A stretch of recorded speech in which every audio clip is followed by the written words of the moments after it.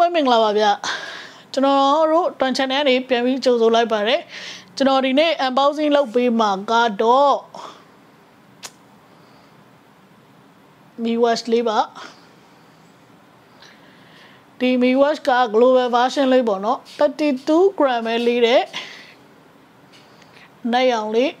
ဒီလိုပုံစံလေးဒါလေးကိုကျွန်တော် unboxing လုပ်မှာပဲဖြစ်ပါတယ်ခင်ဗျreview ကတော့ review share ကတော့နောက်ရက်မှာကျွန်တော်ရိုက်ပေးမယ်เนาะဒါဒီနေ့ကတော့ just unboxing မှာ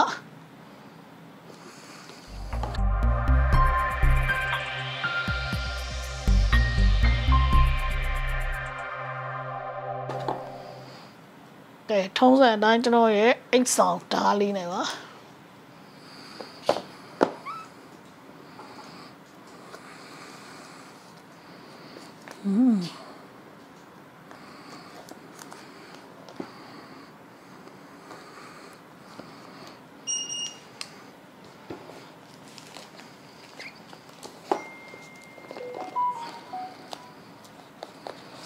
သူကတော့ OLED နဲ့ပဲလာတာပေါ့နော် OLED နဲ့ပဲလာပါတယ် Mi Watch ပေါ်မီးများနေဒါအခုကျွန်တော်တို့ဖွင့်ချင်းတွေ့ရမယ့်ပုံစံအနေထားလေးပါဒါ manual ပုတ်ကြီး manual စာရွက်ကြီးပေါ့နော်အဲဒီ manual စာရွက်ကြီးကိုဖယ်လိုက်မယ်ဆိုရင်နိုင်လေးကထွက်လာပါပြီဒီနိုင်ထဲမှာဘာတွေပါအောင်မလဲဒါ silicone ကြိုးနဲ့ပဲ but သူ့ရဲ့ကြိုးကတစ်မျိုးပဲ shutter နဲ့ဒါကိုအဲ့တော့သူ့ရဲ့ဘူးထဲမှာပါမလဲဒါကိုဖွင့်ကြည့်မယ်အသွင်းကြိုးလေးပဲဒီဘက်အချမ်းကနောက်ထပ် manual book တစ်ခုဒါက warranty စာရွက်ဖွင့်ခြင်းမှာပါလာတာက warranty စာရွက်ဒါကမှ user manual book ကဲဒါကတော့ပြီးမှပဲဖတ်ကြည့်တော့မနော်အဲ့တော့ကနိုင်လေးကိုရင်ကြည့်လိုက်အောင်ဒါကအခုဒါ Mi Watch လေးပေါ့နော် Mi Watch ရဲ့ဒီကောင်က silicone ကြိုးကဒီနာအရှသားလေးနဲ့ silicone ကြိုးနဲ့လာတယ်နောက်မှာ Mi logo လေးပါတယ်အသွင်းမယ်ဆိုရင်ဒီကောင်ကိုဖယ်ရမယ်ပေါ့နော်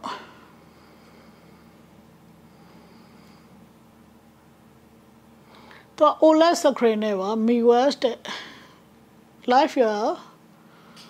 live as my way ဆိုပဲဒါကိုခွာပလိုက်ရမှာ okay ဒီဘက်က sport mode ဒီဘက်က home button ဖွင့်လို့ရမယ်တော့ဘက်တီအသားပဲလာတယ်လို့ပဲပြောရမယ်ပေါ့နော်ဒါကိုဆွဲခွာလိုက်မယ်နောက်ကဒါကိုလည်းခွာလိုက်မယ်ဒါဒီမှာ global version ဖြစ်တဲ့အတွက်ကြောင့်မလို့ဘာတွေညာတွေပါလာမယ်ပေါ့နော်ပြီးဒီကောင်ဒီဘက်က sport ဆိုတဲ့မုတ်ဟာလေးကတော့အနီလေးနဲ့ watch လေးကတော့ကြည့်ရလာတပတ်တာပဲဒါကတော့အခုကျွန်တော်ပတ်ထားတာဒါ Myanmar Watch ပေါ့နော်ကြာပြီကျွန်တော်တစ်ခဲအမြင်လဲပြီးပြန်ပတ်ဖြစ်တဲ့ကောင်ဒီမှာကျွန်တော်ကတော့ညာဘက်ပတ်ဖြစ်လို့ပေါ့နော်ဒါဆိုလို့ရှိရင်ညာဘက်ပတ်တဲ့မိတ်ဆွေတွေအတွက်ဆိုရင်ဘယ်ဘက်ပတ်တဲ့မိတ်ဆွေတွေအတွက်မှတ်နိုင်ရထူလားလို့မေးအရင်မထူပါဘူးsmart watch တွေရဲ့ပုံမှန်ထူပဲပေါ့နော်ဖွင့်ကြည့်အောင်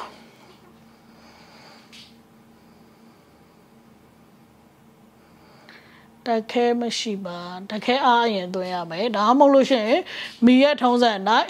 တက်ခဲသွင်းမှအပွင့်မယ်ပေါ့နော်ကဲအဲ့ဒါဆိုတော့စတော့ပွင့်လာပြီလေ အပြောမခံဘူးဗျပွင့်သွားပါပြီအားသွင်းမလို့ပါဝါဘန်လေးယူလာအောင်မယ်လို့ပြောမလို့ရှိသေးတယ်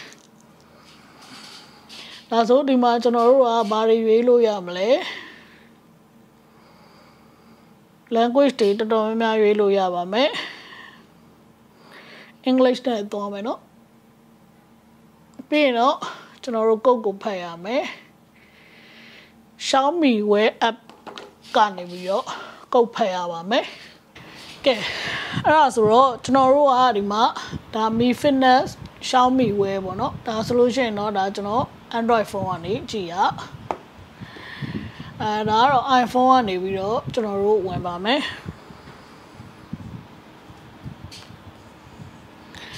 ကဲပါပါ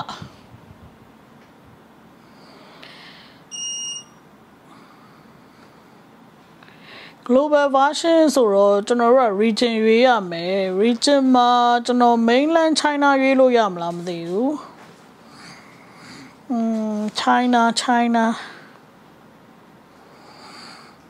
China ပဲရွေးမယ်ဘာလို့လဲဆိုတော့ကျွန်တော်က China အကောင့်ရှိနေပြီးသားမလို့ပါဆိုတော့ကစိုင်းရင်လုပ်လိုက်မယ်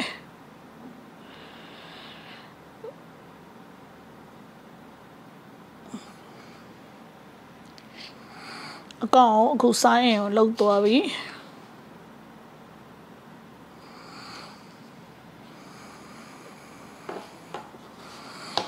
ကျွန်တော် date of birth ကိုပြန်ရွေးခိုင်းနေရယ်ဆိုတော့က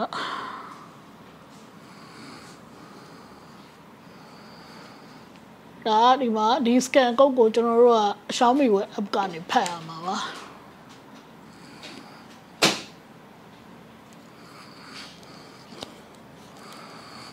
တန်တန်တန်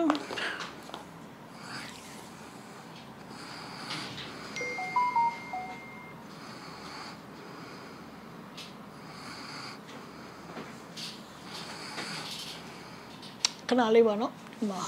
ဒါလေးဟိုဖြစ်နေလို့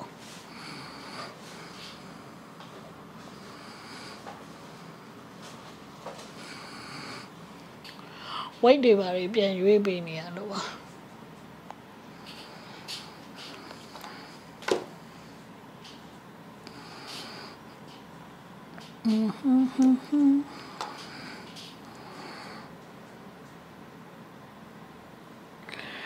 အဲ့ဆိုတော့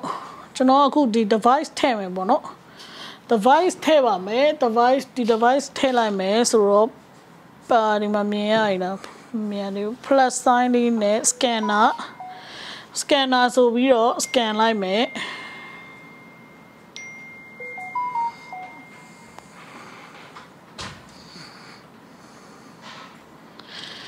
အဲ့လို scan လိုက်ပြီဆိုရင်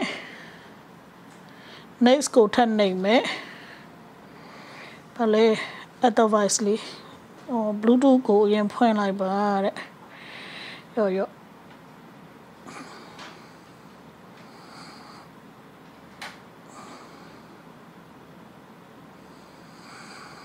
scan code ပြန်ပြီး scan code လိုက်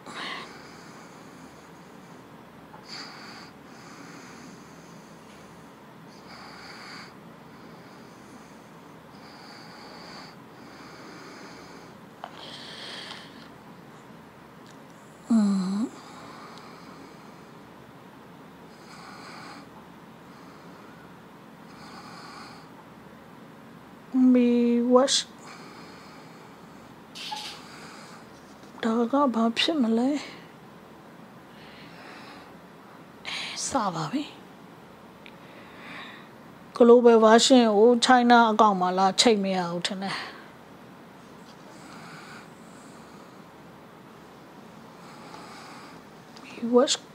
Watxh color ဆိုတဲ့နာမည်နဲ့လာတာပါဒီမှာglobal version က Watxh ဆိုပေမဲ့ Watxh color sport ဆိုတဲ့နာမည်နဲ့လာတာဆိုတော့ကကဲစမ်းကြည့်ရပေါ့ခုန region China ဖြစ်နေတာကိုကျွန်တော် region မြန်မာပြန်ချိန်လိုက်ရပါပြီ region မြန်မာချိန်လိုက်မှပဲဘာဖြစ်သွားလဲဆိုတော့ device ကတန်းထွက်လာတယ်ပေါ့နော် device လောက်လိုက်တာနဲ့ဒီမှာခါရဲ device နာမည်ပေါ်လာပြီ နှိပ်လိုက်မယ်ဆိုတော့ဒီနှစ်ဖက်မှာအခုပဲလောက်ခိုင်းပါပြီ global version ဖြစ်တဲ့အတွက်ကြောင့်မလို့ကျွန်တော်တို့က region ကိုမြန်မာရွေးလို့ရပါတယ်ပဲ successfully ဖြစ်သွားပါပြီเนาะဖြစ်သွားပြီဆိုလို့ရှိရင် start now ပါတဲ့ကျွန်တော်က location service ကိုပိတ်ထားတာဘာလို့လဲဆို Mi Wi-Fi app သုံးချင်လို့လေ okay အဲ့တော့ဒီမှာကျွန်တော်တို့ web page ရွေးလို့ရမယ်ဒါဆို sport version ရောက်သွားမယ် sport ကိုနှိပ်လိုက်လို့ရှိရင်ကျွန်တော်တို့ရေကူးမှာလားဘာလဲညာလဲရွေးလို့ရမယ်ပေါ့နော်ပြီးရင် home ပြန်ရွေးရင် home ပြန်ရောက်သွားမယ်ဒါ home ပြန်ရွေးရင် home ရောက်တော့မယ်ဒီမှာအခု screen ထပ်သွားလို့ရမယ်ပြီးရင် home တစ်ချက်နှိပ်ပြီးဘယ်ညာရွှေ့သူကအခုပြထားတဲ့အတိုင်းပဲ battery က 32% ပဲရှိရပေါ့နော်ကျွန်တော်တို့အိတ်ကောင်းချင်းအိတ်ရရဲ့လားဘာလဲညာလဲပေါ့ပြီးရင်ဒီပေါ်မှာဘာတွေရှိအောင်မလဲဒီဘက်မှာအောက်ဆီဂျင်ပမာဏဘာညာတိုင်းလို့ရမယ်ပြီးလို့ရှိရင်တော့ကျွန်တော်တို့ကဘာရမလဲဒီမှာbattery က 71% ရှိရယ် rise to wake ပေါ့နော်ဒီဟာဆိုလို့ရှိရင်မလိုက်တဲ့ screen လင်းလာမယ် display ကို ever on ထားမယ် display ကို ever off ထားမယ်ရွေးလို့ရမယ်ဒါဆိုလို့ရှိရင်ကျွန်တော်တို့ကဒါဆိုရင် rise to ဘာညာပေါ့ display ကို ever on ထားမယ် off မယ်ရမယ်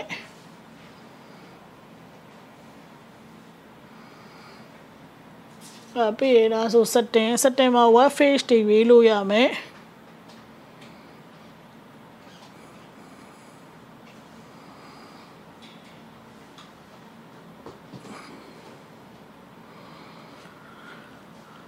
ပြီးရင်ဒါဆို DND mode ဒါဆိုလို့ရှိရင်ညာမီ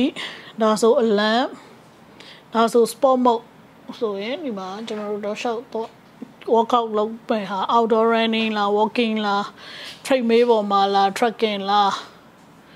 ပေါ့နော်ဒီမှာကြည့်တော့မိုက်တယ်တင်လား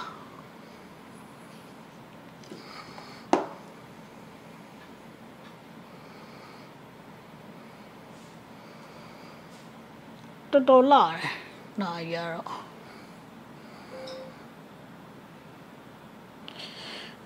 ကဲဒါဆိုလို့ရှိရင်ဒါလေးကတော့ဒီနေ့ဒီလောက်ပါပဲနောက်ရက်မှာကျွန်တော်သိချပြန်စမ်းကြည့်ပြီးပြောပြပါမယ်AMOLED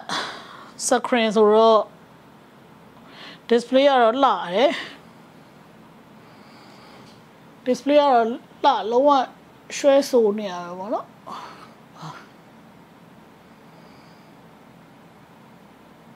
ဒီ logo မြင်နေရသေးတယ်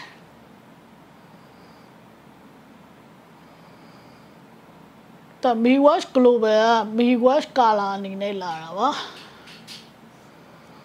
ကဲ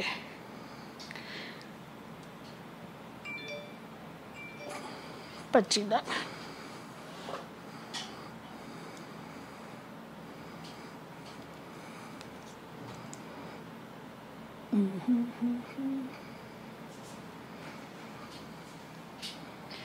တော်လာရော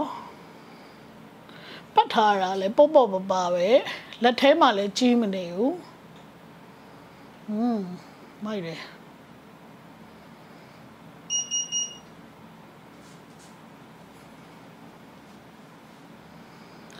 โอเคပါအဲ့ဒါဆိုလို့ရှိရင်အားလုံးကိုကျေးဇူးအများကြီးတင်ပါတယ်ခင်ဗျကျွန်တော်တို့ရဲ့ဒီနေ့ဒီ Mi Watch Global Unboxing လေးကိုဒီနေရာမှာရနာခွင့်ပြုပါခင်ဗျအားလုံးကိုကျေးဇူးအများကြီးတင်ပါတယ်တတာ